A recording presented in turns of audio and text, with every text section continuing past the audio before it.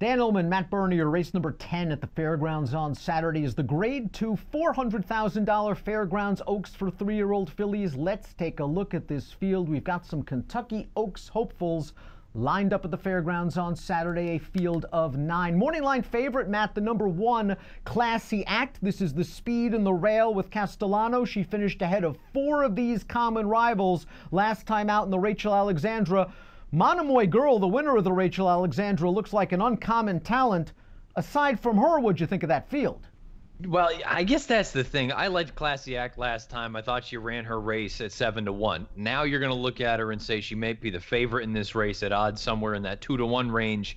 I thought she ran fine. I think that race as a whole, I'm kind of indifferent on, with the exception maybe of Monomoy Girl, but at the same time, I can't fault anyone that looks at it and says she's probably just going to be controlling speed, and maybe she's just better than these girls. Let's take a look at the Timeform U.S. pace projector. You got to think if this filly breaks from the rail, she's going to go. It appears she's going to make the lead according to Timeform U.S. Timeform U.S.'s red bar indicates they believe the pace could be fast.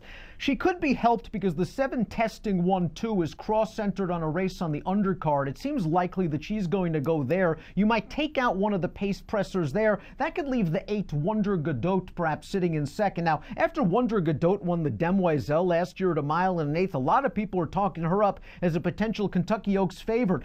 Would you say that she's underperformed in 2 starts here at the fairgrounds from our Cassie? Boy, that's a tough thing to say, because I don't know that I think she's underperformed. I looked at that Demoiselle all along and said it was a turf race the way it was run. They went slow, slow, slow, and they sprinted home, and I think that that's actually what she is. I think she's a turf and synthetic kind of filly.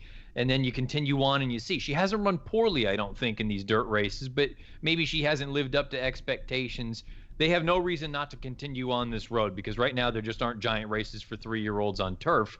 I can't help but note that she is an Ontario bred, and I wonder, as the distances get longer, you have to wonder if in the back of everyone's mind is a race like the Queen's Plate up at Woodbine over the summer. Certainly is versatile, though. She has won on turf, synthetic, and dirt. She's by Medaglia d'Oro, arguably the hottest sire of 3-year-olds, colts, and fillies right now. I think 1 1/8 is really what she wants, and right now she's kind of stuck at this 1.16 distance, but I do think a good trip is coming from Johnny V. She just got looped by Monomoy Girl at a key point in the race on the far turn last time out and could not go with that very talented runner. I think this is a good spot, and I think it's actually a very key race for Wonder Godot. She's got to show she still belongs on this road to the Kentucky Oaks. Let's talk about Patrona Margarita, because I think if there's a horse that can improve a little bit in here, it's her making her second start of the form cycle. No match for Monomoy Girl in the Rachel Alexandra, but she won the Pocahontas 2 starts back. It was just such a slow race.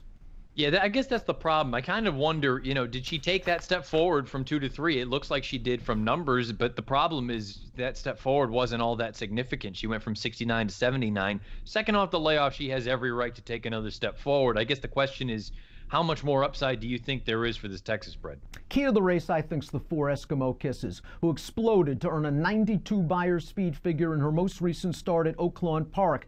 Is it simply a situation of a filly that had faced good competition, the Cosmic Bursts, the Red Rubies, etc., all of a sudden figuring things out, or was it a slop-induced fluke?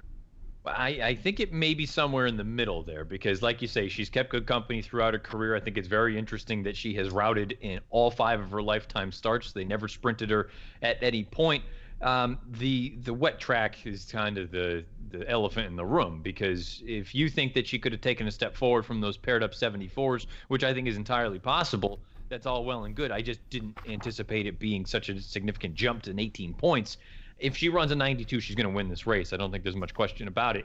I think she regresses a little bit, but guess what? An 85 might still be good enough to win. America's Tale, the number 3, was close to a fast pace, according to the Timeform U.S. red color-coded pace figures in the Silver Bullet Day, and then she paid the price. She was coming into that race off of 2 big wins. I wonder if she's aggressively ridden coming out of the gate and might kind of hurt Classy Act a little bit, and thus help Wonder Godot, as that one could then sit a 3-wide tracking trip. I think that's probably her best chance to win this race. If they're content just settling for a minor reward and getting a piece, getting that, ever valuable black type in a graded stakes race.